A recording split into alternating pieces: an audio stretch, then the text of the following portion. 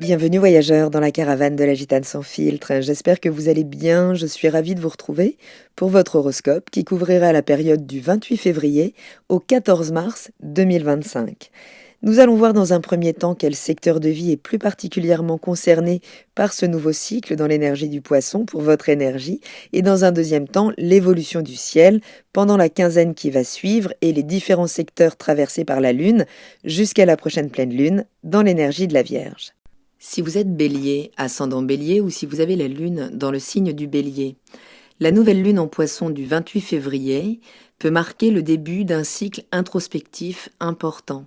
Cette période, elle vous invite à aller explorer vos profondeurs intérieures, à vous retirer du monde un instant pour vous libérer de ce qui ne vous sert plus et préparer le terrain pour de nouveaux commencements.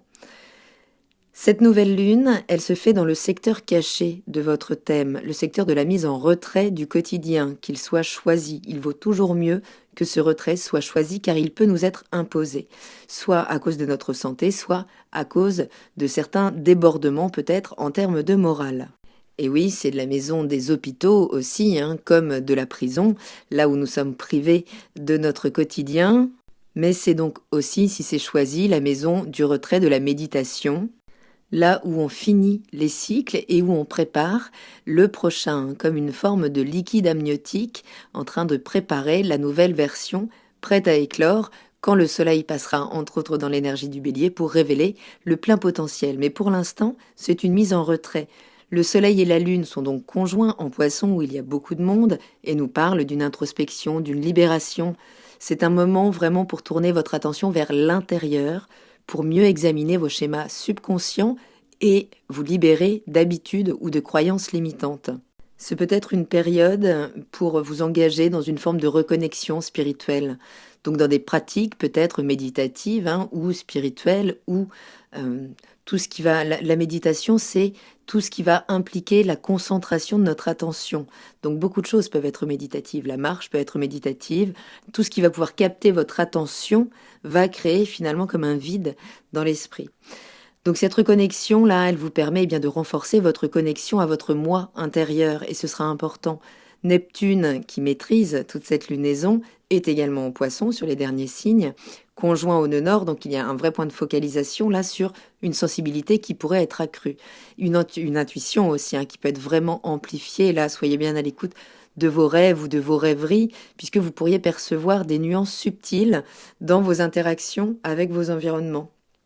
Attention aux illusions aussi, puisqu'il s'agira de rester vigilant pendant cette période face à certaines situations ou certaines personnes qui pourraient vous induire en erreur ou polluer votre inconscient. Faites attention, faites confiance à votre discernement. Cette nouvelle lune, elle est en carré dit décroissant à Jupiter qui est dans l'énergie du Gémeaux, dans votre secteur 3 et qui peut parler d'une certaine tension entre votre besoin d'introspection et votre communication. Vous pourriez ressentir une forme de conflit entre besoin de retrait, de solitude et les sollicitations sociales, tout ce qui vous demande d'interagir avec votre environnement immédiat. Donc il pourrait y avoir un risque d'une forme de surstimulation mentale, peut-être trop d'informations, trop de discussions qui pourraient vous épuiser. Il y aura vraiment l'idée de prioriser le calme et la réflexion pendant cette période, mais réflexion intérieure, pas mentale justement. Mercure en poisson aussi est en bon aspect à Uranus en taureau dans votre secteur 2 et peut amener des idées novatrices sur vos ressources. Vous pourriez avoir des intuitions là soudaines qui pourraient surgir concernant vos finances, vos possessions, ce que vous valez ou peut-être votre manière de gagner votre vie aussi. Ça peut nous parler d'opportunités financières inattendues, donc restez surtout ouvert aux propositions ou aux idées qui pourraient sortir de l'ordinaire. Saturne est encore en poisson dans votre secteur 12 aussi pendant tout ce premier semestre 2025 et vous invite à structurer ce monde intérieur, à mettre de l'ordre dans vos pensées, dans vos émotions, dans tout ce qu'il y a en arrière-plan de votre conscience. Ça implique une forme de responsabilité envers votre bien-être mental. Donc c'est vraiment un encouragement à vous engager là dans des pratiques qui soutiennent votre santé mentale et spirituelle. Mars, votre maître, a redémarré, donc il vient libérer là toute une dynamique retenue, et c'est dans l'énergie, c'est dans le secteur du foyer, de la maison, des racines, du lieu de vie. Cette énergie donc elle est dirigée, là ça y est, elle est active, un petit peu chaotique quand même, à nouveau dans le démarrage, hein, puisqu'elle a été retenue 2 mois et demi, mais vous pourriez ressentir soit le besoin peut-être de réorganiser votre espace de vie, de revenir sur certaines tensions familiales ou avec la mère peut-être, ou vous pourriez devoir travailler peut-être, exercer de chez vous ou préparer un nouveau projet à partir de chez vous. En tout cas, les actions sont motivées par l'émotion. Donc il faut être conscient là de vos réactions émotionnelles pour éviter les décisions impulsives basées sur des sentiments passagers ou une forme de nostalgie ou de rancœur, en tout cas en lien avec le passé. Vénus est dans votre énergie, dans votre secteur 1, en bon aspect à Jupiter en Gémeaux. Donc c'est un charme accru dont on parle là, un magnétisme puissant que vous pourriez porter, puisque ce magnétisme il est amplifié et il rend peut-être vos interactions sociales plus harmonieuses. Il peut vous permettre de nouvelles rencontres, du coup, comme vous êtes magnétique, vous amener des opportunités, peut-être donc de rencontres sur le plan romantique, mais peut-être aussi de collaborations enrichissantes. Là, donc restez dans cette ouverture quand même si vous choisissez avec discernement, en fait, les moments que vous choisissez pour vous sociabiliser, qu'ils soient vraiment en accord avec vous et votre besoin de vous ressourcer. Donc cette nouvelle lune, toute cette période de 15 jours, là, elle vous invite à pratiquer un petit peu plus de lâcher prise, à vous libérer d'attachements émotionnels, d'attachements matériels qui ne vous servent plus. Il s'agit vraiment de connecter à votre intuition, à votre part plus sensible et surtout de commencer à accorder de l'importance à vos ressentis, à vos rêves, à ce qui est plus subtil dans votre vie, puisqu'ils peuvent contenir des messages précieux pendant cette période. Donc évitez vraiment la surstimulation, hein. Écoutez vos limites, limitez les distractions extérieures, choisissez-les, créez un espace calme pour pouvoir favoriser un maximum de clarté mentale. Restez vraiment ouvert aux opportunités, hein, puisque même si ça peut sortir du cadre habituel, eh bien, elles peuvent quand même apporter des bénéfices inattendus, hein. Il faut profiter de ce passage dans votre énergie là de Vénus. Donc prenez soin vraiment de votre bien-être émotionnel, engagez-vous dans des activités qui nourrissent votre âme et apaisent votre esprit, voire permettre au mental là de retrouver un petit peu plus de rêverie et un petit peu moins justement d'approche pragmatique, toujours démesurée. Il est temps de remettre du subtil, d'accord, dans ce quotidien. Donc cette nouvelle lune, c'est une opportunité, hein, de vous préparer intérieurement pour ce nouveau cycle à venir, en embrassant cette phase d'introspection, de libération intérieure. Vous vous positionnerez dans ce renouveau énergétique, là, mieux aligné avec vos aspirations profondes, puisque mieux à l'écoute de vos émotions. Je vous invite à prendre de quoi noter, si vous souhaitez noter les différents passages donc de la Lune qui va continuer d'évoluer pendant cette quinzaine pour rejoindre l'énergie de la Vierge, où elle viendra former la prochaine pleine Lune. Et donc cette évolution-là, eh bien, elle vous permet, après cette introspection profonde, hein, initiée par cette nouvelle Lune, de vous guider à travers votre renouveau, mais ça passe par cette période de retrait, peut-être de purge. En tout cas, là, c'est un parcours symbolique, une transition là de la dissolution des choses, du contact au subtil à la manifestation concrète, vous invitant à intégrer vos réflexions intérieures dans votre réalité quotidienne. Dès le 1er mars, dans la matinée, la Lune entre dans votre énergie. Donc l'entrée de la Lune dans votre signe, ça marque une période de dynamisme, d'initiative. Vous ressentez peut-être un regain d'énergie, prêt à entreprendre là de nouveaux projets pendant ces 2-3 jours. Donc c'est un focus sur vous. C'est vraiment l'invitation là à connecter justement à vos besoins intimes. C'est le moment idéal pour vous concentrer sur vos objectifs individuels. L'idée, c'est de profiter de cette période-là, de 2 jours et demi, pour lancer de nouvelles initiatives et vous engager dans des activités qui vous passionnent, surtout si vous avez eu des illuminations, évidemment, pendant la nouvelle lune. Le 2 mars, Mercure sera conjoint à Neptune et au nœud nord en Poisson. Et la Lune, elle, sera conjointe à Vénus en Bélier. Donc ça peut être un moment de grande clarté mentale, hein, puisque bien que Mercure soit conjoint à Neptune, eh bien l'esprit peut s'éclairer quand même. Il pourrait y avoir là une prise de conscience soudaine. Vous êtes capable de discerner les informations pertinentes. Et la conjonction de la Lune et de Vénus dans votre signe, c'est là le magnétisme absolu, la sensibilité aux interactions sociales qui peut vous amener des opportunités très agréables et en tout cas une expression beaucoup plus aisée de vos sentiments. Donc engagez-vous là dans des conversations significatives et surtout n'hésitez pas à exprimer vos émotions. Le 3 mars, le matin, la Lune entre dans l'énergie du Taureau et Mercure entre dans votre énergie.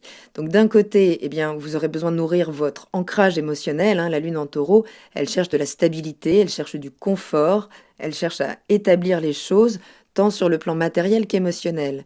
Et l'entrée de Mercure dans votre signe, eh bien, ça renforce votre capacité à communiquer de manière beaucoup plus directe, voire assertive.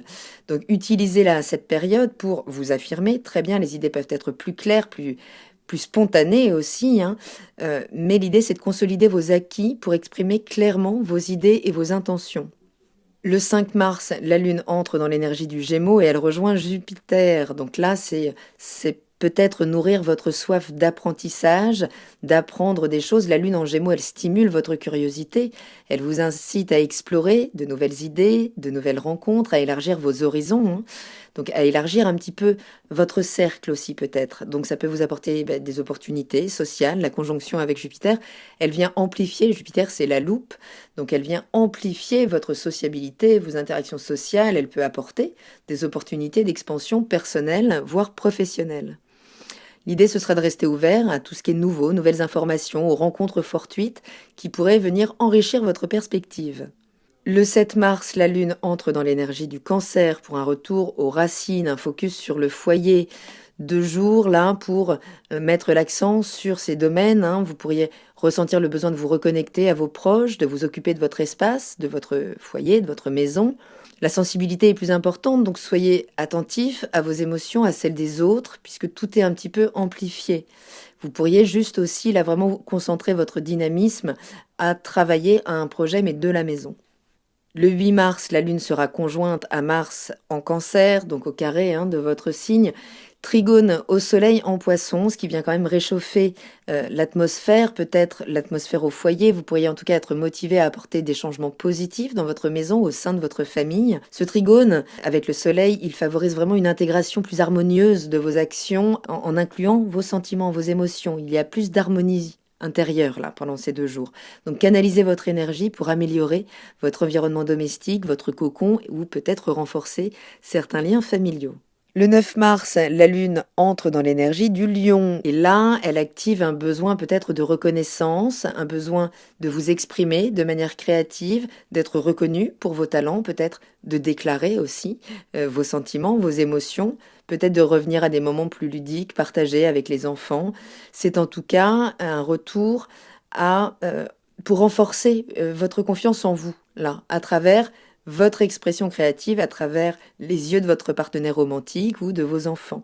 En tout cas, vous venez pendant 2 jours renforcer votre charisme, nourrir ses besoins de reconnaissance. Donc, engagez-vous là dans des activités artistiques, dans des projets qui mettent en valeur vos compétences uniques. Et ces 2 jours dans le secteur qui peut vous apporter de la chance aussi. En tout cas, la communication peut être beaucoup plus passionnée pendant ces 2 jours. Vous pourriez être encouragé donc à vous déclarer, à partager vos désirs avec plus d'enthousiasme. Les interactions sociales seront très dynamiques, les conversations peuvent être animées, hein. Elles peuvent mener à des connexions profondes. Donc profitez là de cette période pour renforcer vos relations en étant ouvert, authentique, vraiment, dans vos communications. Le 11 mars, la Lune en Lion sera au carré croissant à Uranus en Taureau. Ça peut amener des changements inattendus, toujours des bouleversements avec Uranus, en lien avec vos biens, vos valeurs. Ça peut créer donc des surprises, hein, au niveau émotionnel, amener des événements imprévus qui peuvent venir perturber un peu votre routine. En tout cas, vous faire travailler votre flexibilité, puisque on doit toujours s'adapter, hein, accepter les changements, en tout cas savoir les prendre comme des opportunités peut-être de croissance personnelle. Restez ouvert à la nouveauté, évitez de résister, surtout aux transformations qui se présentent. Et le 12 mars, eh bien, la Lune entrera dans l'énergie de la Vierge pour faire un point là sur votre organisation du quotidien, sur votre hygiène de vie, votre santé. Vous pourrez voir plus objectivement où vous en êtes dans l'intégration de vos valeurs, de tout ce qui a été dépollué en fait.